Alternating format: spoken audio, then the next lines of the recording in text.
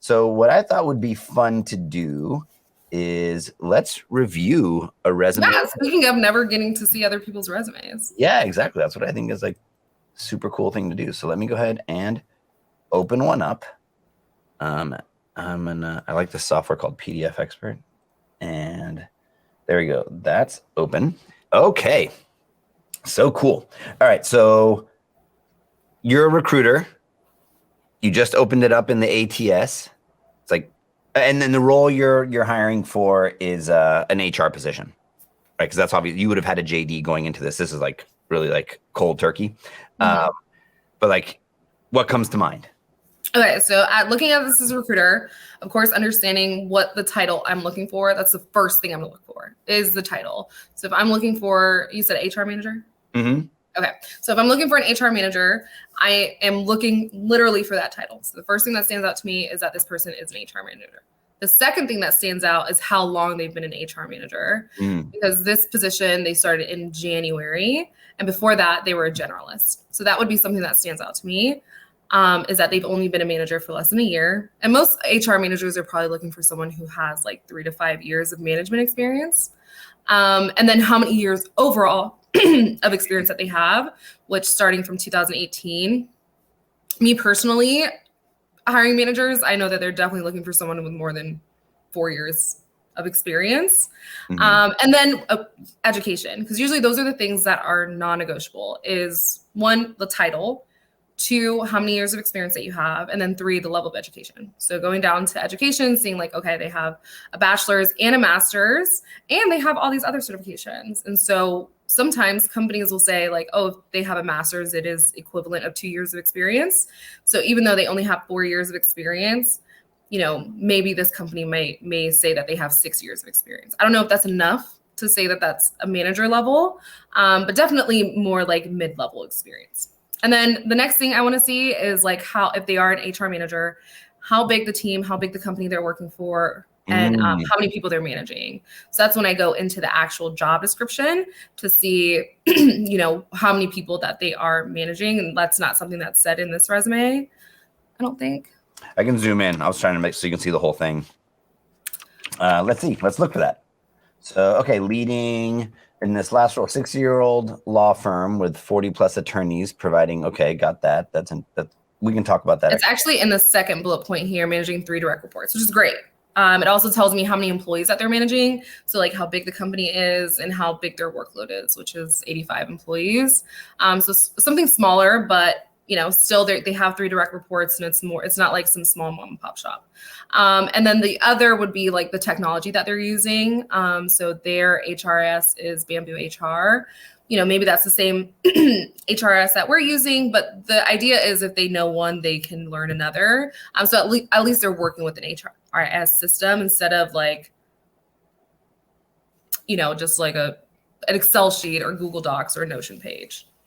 And then go down to their last position at Leader Bank, looking for the same kind of information, how many employees they had, what their workload was, if they managed anybody, and how many people that they managed.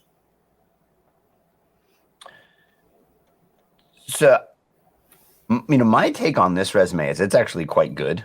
It is a really good resume. It's a really good resume. For anyone, this is a very good resume. So I'm gonna say stuff that takes it from like an A resume to an A plus. Okay. Because I think overall this is a very, very good resume. Okay, so some nitpicky things. I think I don't see like a good space for contact info. I forget what's redacted behind here, but it just doesn't feel like there's a lot of space for an email address, a LinkedIn URL. And so contact information is probably a little short on this one. I personally love a target title. Like here they are channeling it, so I like it.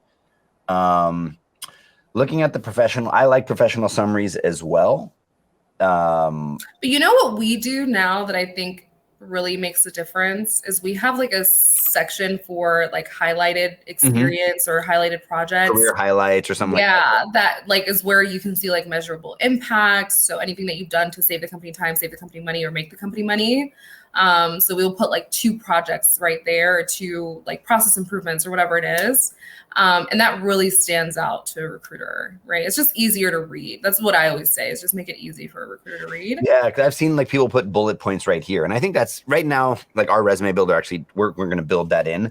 But that's nice. I think just people like to read bullets. It's like, and also it's easier. Like when you have to write a paragraph, you have to like weave it together. So some things here: growth-oriented leader with strong track record of managing people. I actually don't like stuff like this. Like just prove it to me. Right. Yeah, I like, give me the numbers. Okay? Yeah, it's like, and I talk about this area as the only place on your resume that you can talk about your career in aggregate, because everything else is in the role. So total years of experience. HR manager with over 5 years of experience. Just do the math for me. Don't make me compute it and be like, 2018 to 2022. You run the risk of them making a mistake. Just like give it to me right there. And then, recruiters are not good at math. So yes, I 100% agree. And, have managed over, 15 people. Again, you can do that in aggregate. In one job, I managed 3, and the other I managed 5. So over the course of my career, I've had 10 direct reports in 2 different positions. So it's like, it's not repeating what's down below. It's like synthesizing and aggregating. Well, it's summarizing, right? Like exactly what it's supposed to do. Another thing is like industry. So tell me like what kind of industries that you're working in. This is a great place, instead of me having to like read through and be like, okay, she has law firm experience, banking experience, legal experience, tech experience, construction, whatever. You can just tell me that in the summary. Yep, totally. So, okay, next thing here. So this is, you can kind of take it or leave it depending on what you're applying. Leave it. I don't really care for that. Yeah, so what I tell people is if you're not automatically able to leverage the brand, right? Everyone knows who Google is. So it's like, you don't need to say who Google is. And then now if you are applying to law firms in Raleigh, I would assume they kind of know who this is, or they don't care. So but sometimes I could make a case for it, but generally I would leave it off. I agree. I think bullet quantity is really good. 3, like, yeah, I would say like 3 to 5. This is great. One thing this is like super nitpicky, but I'm having a hard time with the visual hierarchy of this resume. It reads very flat. So one thing I would do is actually tighten the line spacing per bullet. Because right now it's like, wait, am I going to a new bullet? Again, super nitpicky. I don't think anyone's not picking this resume because of this. They probably were just trying to fill the whole page. Yeah, right. Because then it's like nice and even. But I just think for like legibility, those being clustered would be nice. There's super good usage of metrics. I think they could do more though. I think there is something to be said about like percentages and how hiring managers, not recruiters. Again, I tell people this all the time. We do not care. I cannot emphasize enough how much we do not care about this stuff, but hiring managers do.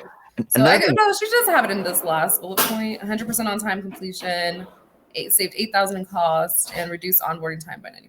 So yeah, that's actually good. So what I would say here, and I see a lot of people make this mistake almost like universally, is they just think, I just got to put the bullets and it doesn't matter. The order really matters. Like the order matters so much. This is the best bullet. Put this one first, because people are going to read the first one. And if they don't like the first one, they're not going to read the second one. So like always, and like always put your best foot forward on and think about it very granular. It's like the first sentence, the first bullet, the first job, right? Because what you're doing is like winning people over word by word by word.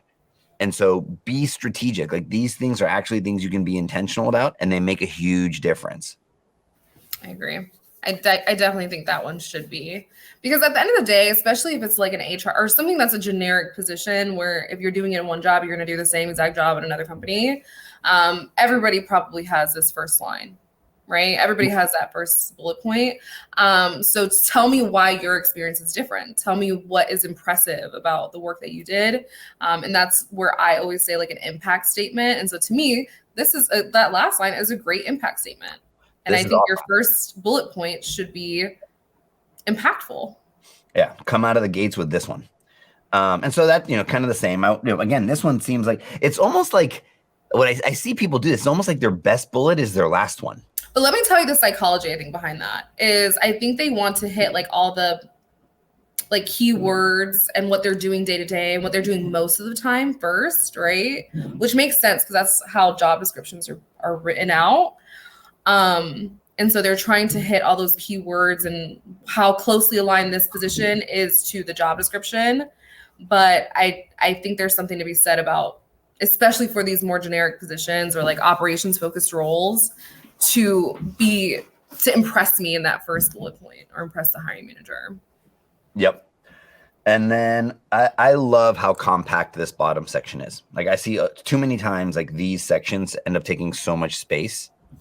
I love that the skills are listed out like in technology. If I'm in HR, the fact that this person knows ADP, Workday, Bamboo, I was like, all right, this person knows Rippling. Like they know the tech stack. I love it. For HR. So like I said, taking all these little things would be to take it from an A to an A+. I really think this is a great resume. They got it down to 1 page. You know, it's easy to read. It has, I'm pretty sure, like if we put it in, Teal would probably give them like a really high percentage for any of the jobs that they're interested in. So yeah, so I think this resume is great. They did a super good job, especially for someone with only 4 years of experience. You go, girl. It's an excellent resume. I don't remember, but I'm cool with that assumption. Alrighty, so that was a resume. That was awesome.